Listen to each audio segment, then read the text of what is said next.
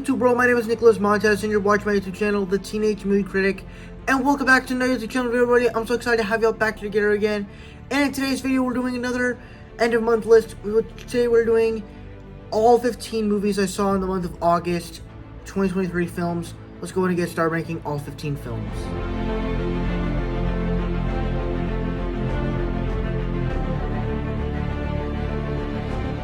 The last Voyage of the Sea Beast, I forgot the name of the title. I honestly kind of did not like it. If I'm being honest, I didn't hate any movie that I saw this month. I pretty much liked everything, and with this one, it was mostly boring, so, and I don't really remember it all that much. The acting was fine, so it comes in last.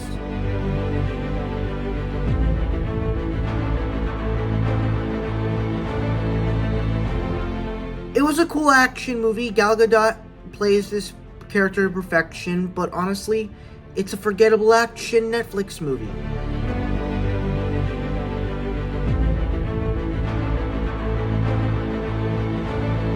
This is where the list gets a little bit better, because I think every other movie on this list I think is good. But even with Corner Office in number 13, I still think is really good. It has this interesting story in the way it's told and narrated, and the way the actors portray this stuff. It's really good, but it almost seems like, why is this the whole movie? So that's kind of why it's a little bit towards the last of this list.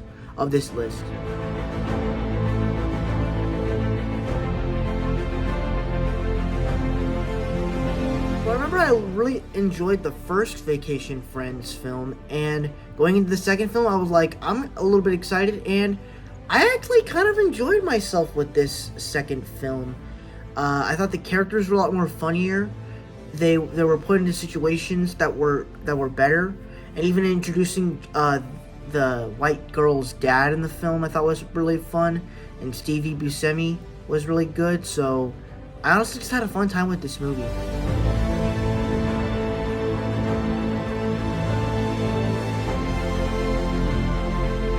Now, to be clear, I like Monkey King. I think as a piece of animation, it is great. I think Netflix, what it's been doing this year is been telling such really good animated movies. Back in June, we got Nimona, which I thought was a very unique animated film. And really just animation movies this year is really good. But with Monkey King, the story itself reminded me a little bit like Emperor's New Groove, except it was the disliked version of that, where you don't really like the character of Monkey King, and even when it gets to the end, it's just kind of, I don't know, I didn't really like it, but I still enjoyed the film of Monkey King.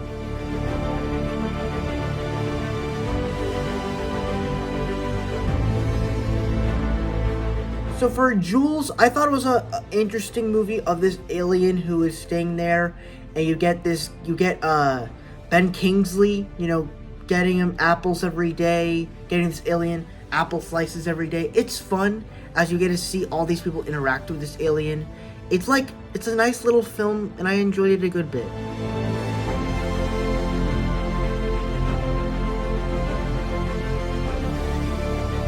Now, I know that this movie has so much bad stuff going on, but honestly, I don't even care. I enjoyed this movie. It was fun. And that's exactly why I liked it. It's because it had great action, it had cool stuff with underwater sea creatures, and it just had a lot of fun action. Even if I didn't remember the shark action in it, I had a lot of fun with it.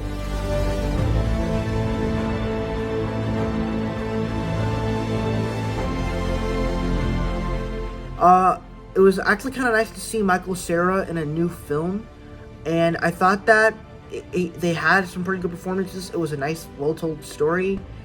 At the same time, it was kind of odd that they kept talking in these weird voices at times.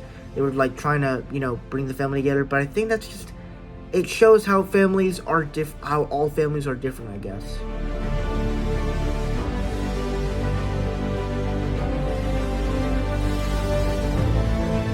What Comes Around was actually a really well-told movie of this girl who has been talking on the phone with this guy for a couple of years now, and they finally come face to face and meet their parents, realize the mom once dated the guy that she's dating, and it creates all this tension that I thought was really well done. but at the same time, it was like, I kind of wish it did this a bit better. Overall, I still really enjoyed the film.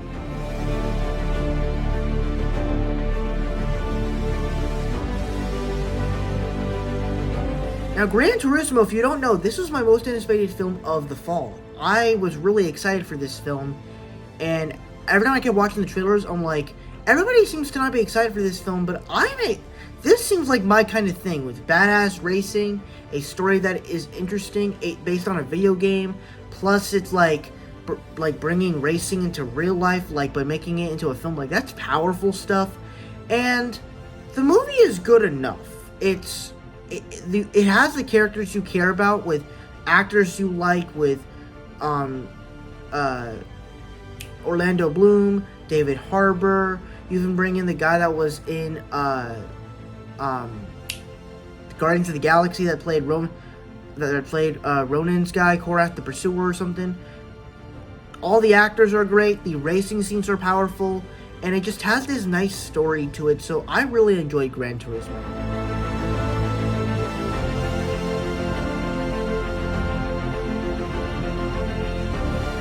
Now, Red, White, and Blue, I thought was just a great LGBTQ movie that focused on this Prince of England and this kid whose mom is president, and they have to keep their love a secret because they can't love each other because a prince isn't allowed to be gay, and the kid of the president has too much on that plate to go for. So it's well acted. You could by the way they're acting, you can tell how much they love each other. Even if when the guy tells the president mom, it's surprisingly that she takes it very well. And then you see outside the Capitol that everybody's holding up pride flags, and realize they're actually supporting them. Really cool stuff. I really enjoyed that.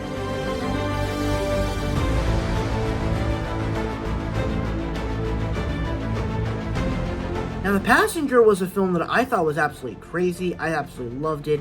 I love this new type of film that it felt a little bit similar to what was this Nicolas Cage movie in July, The Devil something. This movie felt like that, but you actually explored the characters a bit, where you actually explored these people and their insecurities and trying to be scared and trying to exert into their past and stuff like that. My big problem with it is that you get to this scene where he literally attacks a cop, where one of the guys attacks a cop, but they don't give reason as to why he does that. And I'm just sitting here going like, what happened back then? We never found that out. I don't know if they said something. I don't know if I was trying to pay attention as hard as I can so I could find it out, and I don't know if we actually ever found out. So that's kind of what brings it down, because I really wanted to see why he attacked the cop, so that it would probably have a bigger impact on me. I don't know.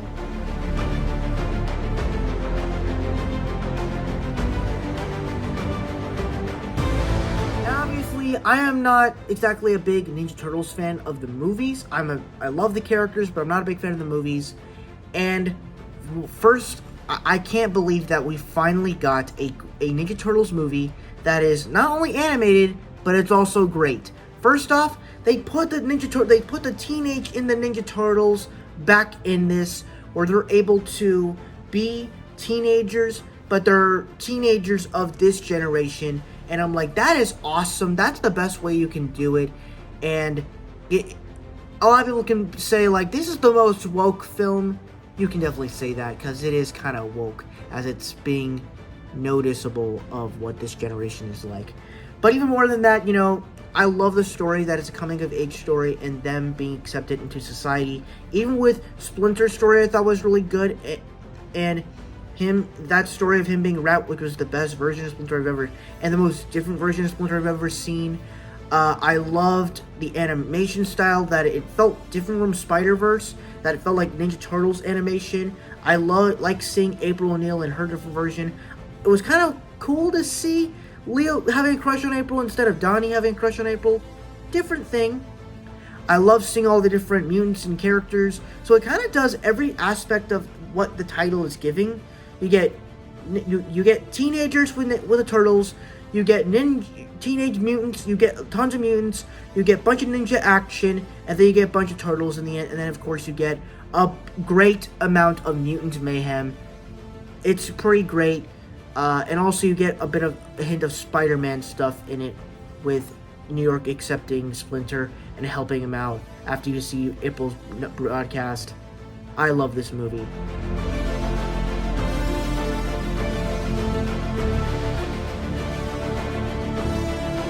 So, just to be clear here, the top 2 films, I don't know if they're going to change. I'm absolutely in love with these 2 films at the top. They're absolutely some of my favorite films about all this. And with Spider-Man Lotus, it's a fan film directed by these people that are racist. I don't care about that. I went into this film wanting to watch a Spider-Man film made by fans, and these fans delivered on what they wanted to do, as they created a story where it crafts the death of Gwen Stacy plus the Tim Harrison storyline and compelled it together, but made a Spider-Man story that was engaging, that it was powerful, where after the stuff with Uncle Ben and stuff, nothing really has changed. But when you realize, and what happened with Gwen, he realizes, I am not Spider-Man, I'm not a hero. But then he realizes everything good that he's done throughout these years. He starts to realize, I am that hero. And even as a fan film, the budget is really great for all the swinging scenes and the action, though. If you want to go into this film and watch it, you can. Just don't expect it to be a big, epic Spider-Man action film that we see in MCU these days. But as a story level for this sort of version of Spider-Man. And then even the stuff with Harry Osborn and, exploring him with the drug use and his death of Gwen and his father, even Mary Jane, which is totally bad in this film. And exploring her story that, what's the best thing to do? She goes back to smoking, and even seeing a mature version of Flash Thompson. He is great, as he's a lot more mature and not the bully of Peter Parker, but kind of gives him credit for defending himself at one time. So it's mature, it has a great story, and it's just well written. So I loved Spider-Man Lotus.